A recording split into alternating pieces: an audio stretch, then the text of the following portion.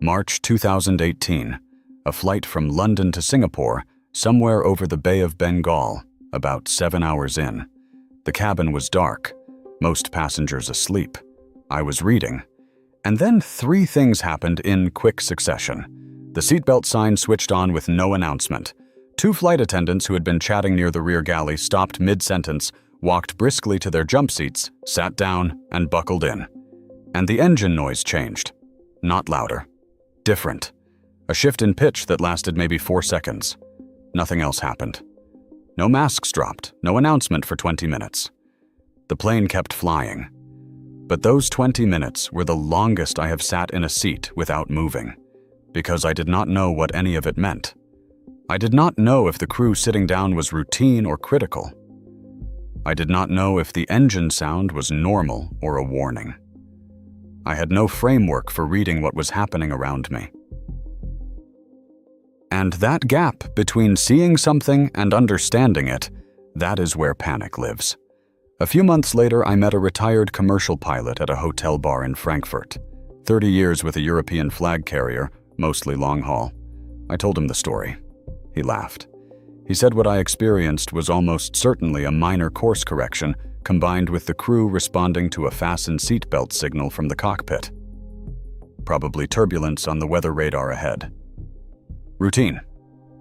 The crew sat down because they are trained to respond immediately when the signal comes. Not because anything was wrong, because the protocol does not distinguish between mild turbulence and severe turbulence at the instruction stage. You sit down first. Then you find out why.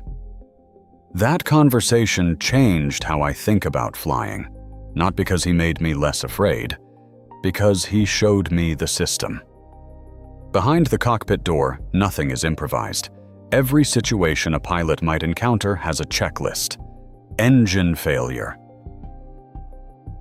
depressurization, fire, hydraulic loss, electrical failure, medical emergency on board. Each one has a written procedure, tested in simulators, refined after every incident in the global fleet. Pilots do not make decisions based on instinct. They make decisions based on flowcharts that have been pressure tested by thousands of hours of failure analysis. The pilot in Frankfurt called it the opposite of heroism. He said good pilots are boring. They follow the checklist. They communicate with the first officer. They do not skip steps. This is called crew resource management. It was developed after a series of crashes in the 1970s and 80s, where investigators found that the accidents were caused not by mechanical failure, but by communication failure in the cockpit. One of the cases that triggered the reform was a crash in Portland, Oregon in 1978. A United Airlines flight ran out of fuel while the crew focused on a landing gear problem. The flight engineer noticed the fuel levels dropping and mentioned it. The captain acknowledged it but kept circling. The engineer mentioned it again. The captain kept circling. The plane ran dry and crashed short of the runway. 10 people died. The flight engineer had the correct information. The captain had the authority. The system had no mechanism to force the information up the chain. After that, and after similar cases in Tenerife and other places, the entire cockpit communication structure was redesigned. Captains who ignored input from junior officers. Crews who did not speak up when something looked wrong. All of it was addressed. The system now requires that every person in the cockpit challenge, confirm, and cross-check every decision. The captain is not a king. The first officer is not a passenger. They are 2 halves of a verification loop. And the moment one of them sees something that does not match expectations, they are trained to say it out loud. Loudly, if necessary. Now the 40 seconds.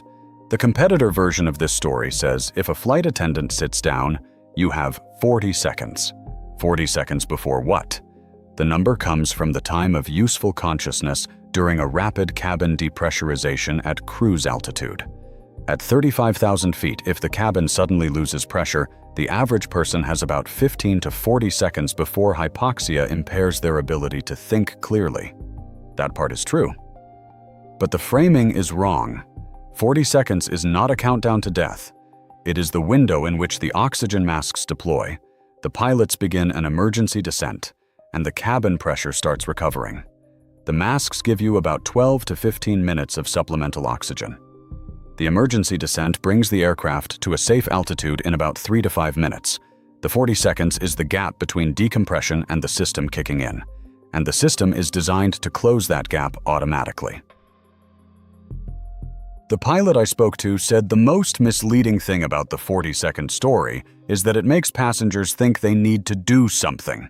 He said the single most important thing a passenger can do during an emergency is sit still, put the mask on, and wait. The crew is executing a procedure.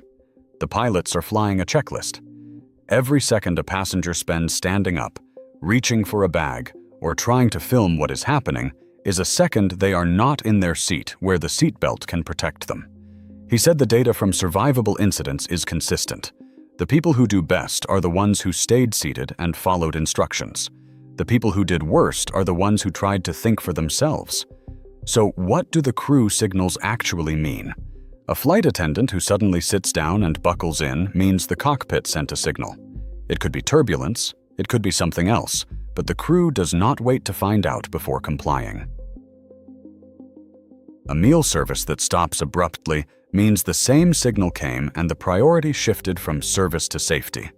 A chime you have never heard before might be a crew communication tone. Different airlines use different sounds, but it almost always means the cockpit is talking to the cabin. None of these signals mean you are in danger.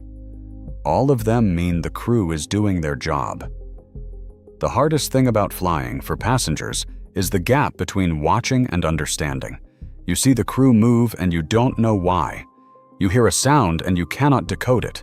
You feel the plane shift and your body floods with adrenaline. But behind the door, someone is reading a checklist. Someone is talking to air traffic control. Someone is cross-checking a decision with the person sitting next to them. The system was built by studying every crash, every near miss, every error in the last 50 years of commercial aviation. It is not perfect, but it is the most thoroughly analyzed safety system humans have ever built. The cockpit is controlled chaos with a procedure for everything. The airport at 2 in the morning is a different kind of chaos entirely. No procedures, no crew, no system looking out for you. Just you, a dead phone, a metal bench, and fluorescent lights that never turn off. I have been in that situation more times than I want to admit.